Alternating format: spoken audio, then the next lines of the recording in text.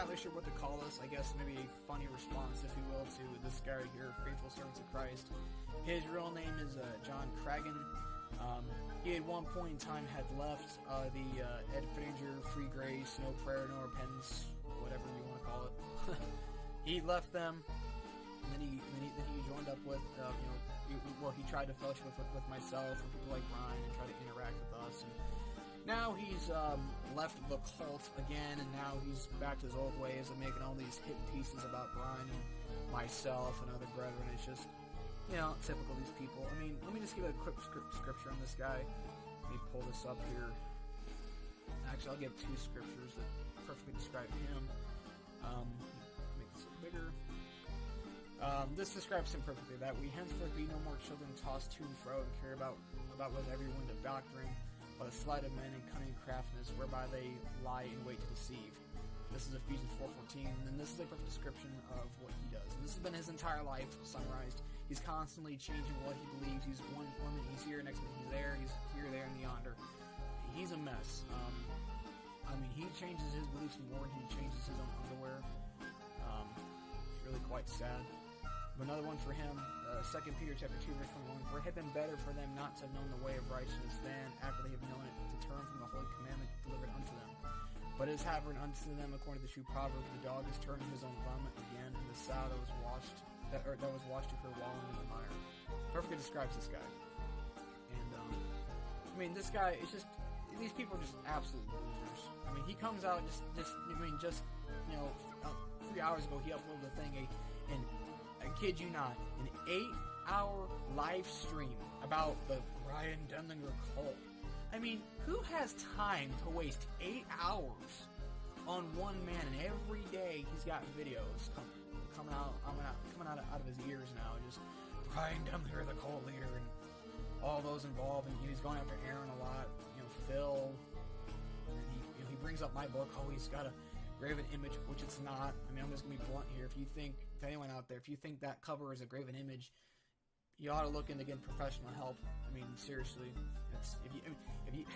I'm not even gonna waste my time on that. It's so childish. Okay. But for those who don't know what he looks like, this is who he is. Little John Cragen over here. Just insane. And this guy just emulates everybody. That he comes across. Every little clique, I guess, if you will, that he goes to, he just says everything that they want to hear. But the reason why I'm even wasting time on this, normally I wouldn't even care. He's, so irrelevant, But he messaged me this morning, and with this here on Skype, I'll just show you this. I'm just going to show this one little message here. He says, at 11:35 this morning, he says, also, I would like the money back that you sent on PayPal. I had called him out, for being a fraud, because I'd seen that he was out there making videos about me and Brian. I called him out and said, you're a fake, But then, so his response was also today, also, I would like the money back that you sent, that I sent you on PayPal. If I'm not a lost heretic, then you should be taking money from lost people. So either I get my money back, or you are a hypocrite. Okay. By the way, I'm gonna point something out. That's the wrong usage of "your" there. So just like mention that. But this is the same thing these guys have tried doing to Brian. I know Max Bauer tried doing this. After he left the ministry, I donated. You give my money back. It's not how that works. 1 Corinthians chapter 13, verse 4, charity suffereth long and is kind. Charity envieth not. Charity vaunteth not itself, is not puffed up, doth not behave itself unseemly, seeketh not her own, is easily not provoked, thinketh no evil, rejoiceth not in iniquity, but rejoiceth in the truth, beareth all things, believeth all things, hopeth all things, endureth all things. Okay, and if you want me to minimize this, you want a dictionary definition of charity. Number 4, alms, whatever is bestowed graciously on the poor for their relief. Number 5, liberality in gifts and services to promote public objects of utility, as to found and support Bible societies, missionary societies, and others. When you donate to someone a charitable giving, you're doing it because you want to be charitable. You're doing it out of the kindness of your heart, but when you do it, you don't do it with all these hidden caveats and fine print. Make something very clear here, John, and everyone else out there. This is not a bank. You don't come here and give a down payment, if you will, and then after you decide you don't want to support my work anymore, and you say, I want to make a withdrawal, get my money back. That's not how donations work, first of all. Okay? If you donate to me, and if you donate charitably for any reason, you do it with the assumption that you're not going to get any kickbacks. You know, it's the same spirit and logic that are in these in churchianity.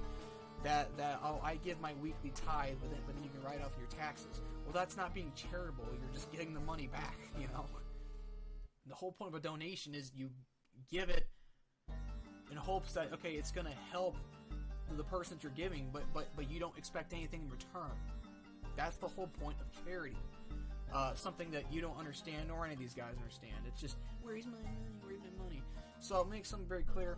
And let me make something else here. So if you at one point in time support this ministry, or my work, or anyone else's ministry, whatever you want to say, right? Because people are going to go, oh, ministry, whatever, right? You donate to me, and then later on down the road, you decide not to support me. You don't magically get your money back. That's not how that works. Okay. So yeah, that's just how that works. So John, the only hypocrite here is you. But I'm gonna this is my one and only exception where I'm gonna do this. I'm actually gonna give him his money back. Okay?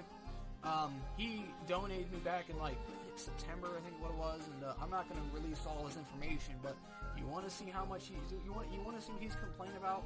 You want to see that money. I want my money back. You want to see what he donated me. Okay, my donation received. He sent me a whopping $1. Wow, thank you so much, John. What would I do without you? I mean, wow, John. Seriously, John. What kind of sick joke is this? You want $1? Fine. You know what? I'm gonna give you your $1. I'm gonna do it live on this video or something. I'm gonna give you your $1 back since apparently you just can't go on. I mean, it's obvious, brother. If he's complaining about me complaining to me about $1. He must really need that $1. So, I mean, it's just ridiculous. I mean, there's a lot I could say. It's just like, wow, $1. You know, after taxes, I can't even buy a Snickers bar with that. Not that I'd buy a Snickers bar, but I'm just, you get my point. But I'm serious though. Where's my money? Where's my money? What a moron. So, let me go here. So, John, just to make you happy, I know you're going to keep making videos about myself and Brian, whatever, but here's your $1 back. Okay, I'm not going to refund it. I'm just going to donate you $1 instead. So, there you go, $1. Okay, so I sent him his $1. There you go. There's your donation back, John. Here's your $1 for you. I hope you can get on with life now. I mean, this is, like I said, just these guys are such losers. I mean, who in their right mind spends 8 hours on one man? Or, it's a joke, and does it every single day. And John, John, you're such a hypocrite. I mean, if you scroll down, you go through some of his videos, and again, all his videos are just a bunch of emulated stuff that he himself never learned. It just he got from everyone else. I thought this was funny. He has a Patreon page. I don't know who in the world would be paying for that.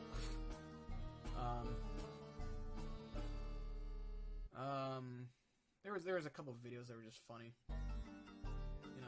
I love this. Pharisees that stalk Bible believers. Isn't that what you're doing? Luke 11:53-54 describes trolls that obsessively attack Bible believers. He's got, Frank from King's Table, Finninger, and Jason Singley. Well, aren't you doing the same thing, John? You better take down the videos, It's just amazing, you go down, it's just a bunch of just junk, Again, there's another one he had, too, I'd seen. Where's it at? Again, Dell possessed just 8 months ago. Dell possessed trolls who obsessively attack Bible believers, and he's going after Finninger. Well, you're kind of doing the same thing, John. You're kind of a big hypocrite there when you've got, you're on 8-hour streams and you're live. When I started filming this, he had another live stream going on right as I was filming this about Brian. He's doing another one. I mean, these people have no life whatsoever, okay? And, I mean, here, let me show what the Bible has to say about this. There's a couple more scriptures will be done, but just comical. Where are we at? Acts 17, describe who him and all his buddies, you know, that just sit around their whole life is dedicated to refuting us, you know. Acts 17:21, for all the Athenians and strangers which were there spent their time in nothing else but either to tell or to hear some new thing. Did you hear what Ryan Gunner said today? Did you hear what JT said today? You know, that's what these guys are. They're Athenians. They're a bunch of talebearers, okay? That's all they are.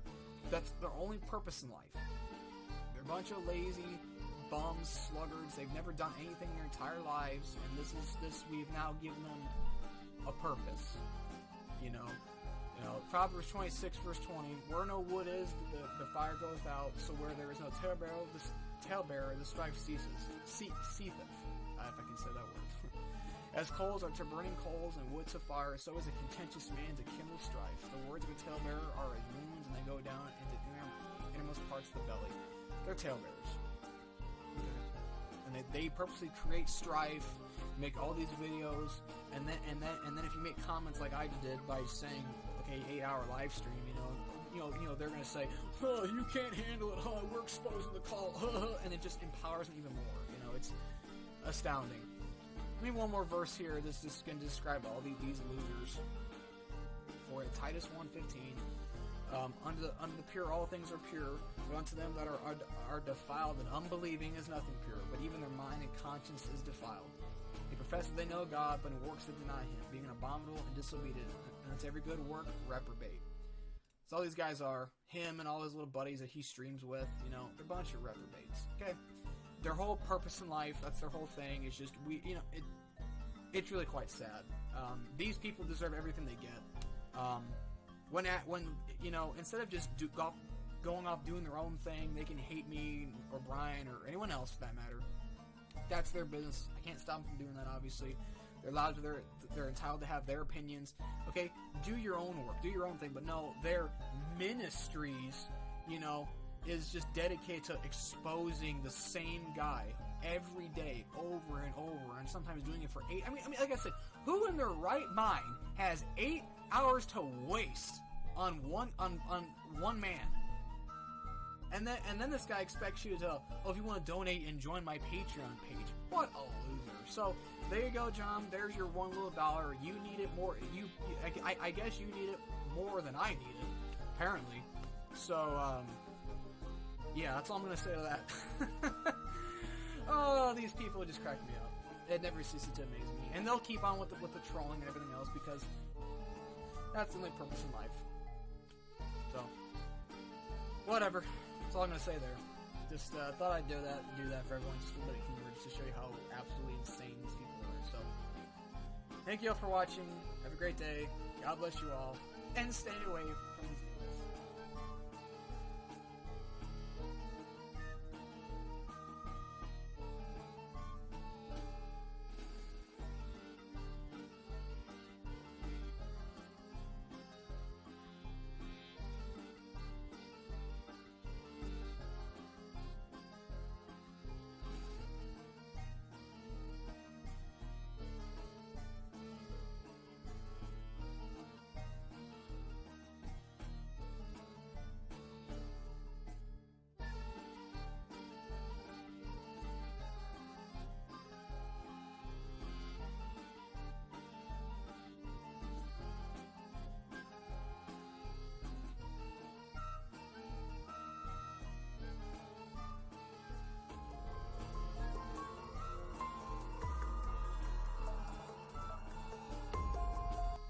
This is the mission which Pope Francis gave us when he confirmed the Universal Apostolic Preferences. These were the fruit of a spirit-led discernment by the Universal Apostolic Body. Illuminated by them, we put into practice the mission of reconciliation and justice to which the 36th General Congregation invites us. The crisis is showing us that we are one humanity. Every human being, every people, each culture is part of this one varied, rich, and interdependent humanity.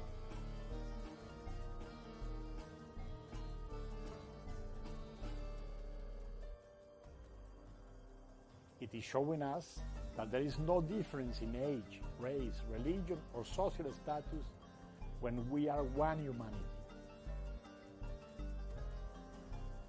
Starting by putting what we are ourselves want in a second place, and accepting the measures and sacrifices that allow us to contribute to the good of all.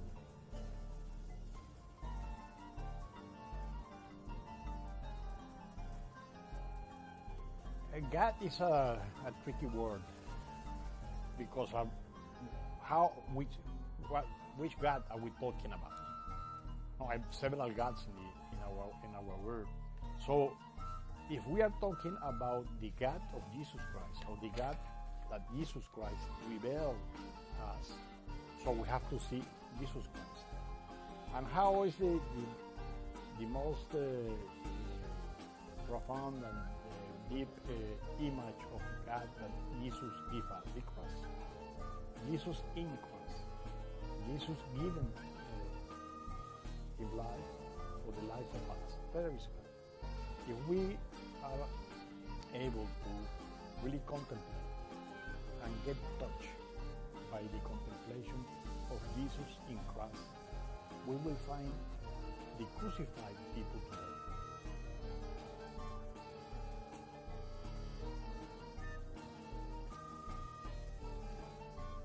The crucified of this moment of the pandemic and the injustice in the world. And we will find God. God is there. God is asking us to do something, to give our life, so that people can have life. Thank you.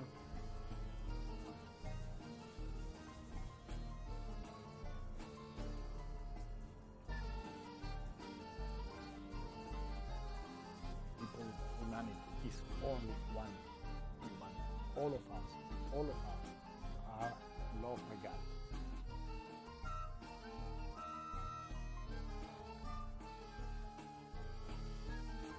And we are loving them with the love of God. And we have to be really near them. We accompany their life as they are. We don't make differences. So I think that the way we show the path to God is to be just aside the people, really in touch, loving them.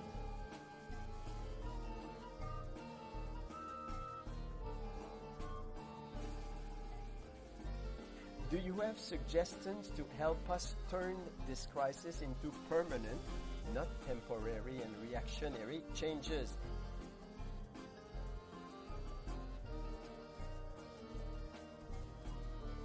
Really don't forget that this is not also an accident. It's not an accident.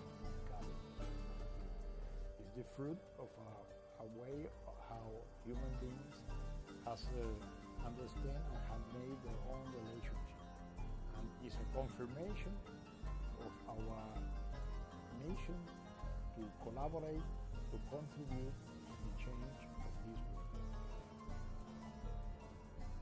And I think we can show the people through reflecting about the COVID-19, the fragility of the world we have created, and how we need really to get together so we can go in another way. I don't think so that after the crisis things are going to change like this. No? There are so many interests behind this, and so many, we are so used to the West. We are dreaming to come back to our normality. No? We are dreaming to just live as we were before the virus came to our life. But that's the great temptation. So to take an opportunity of this crisis is to be aware that something has to change, because really we are in a very fragile structure of human relationship and life. So don't forget this crisis. Not just, okay, that was a bad night, a nightmare. No, and we are awake again, and we are again in our life as before. No, we have to take the lesson that if we don't change after this, the next one will be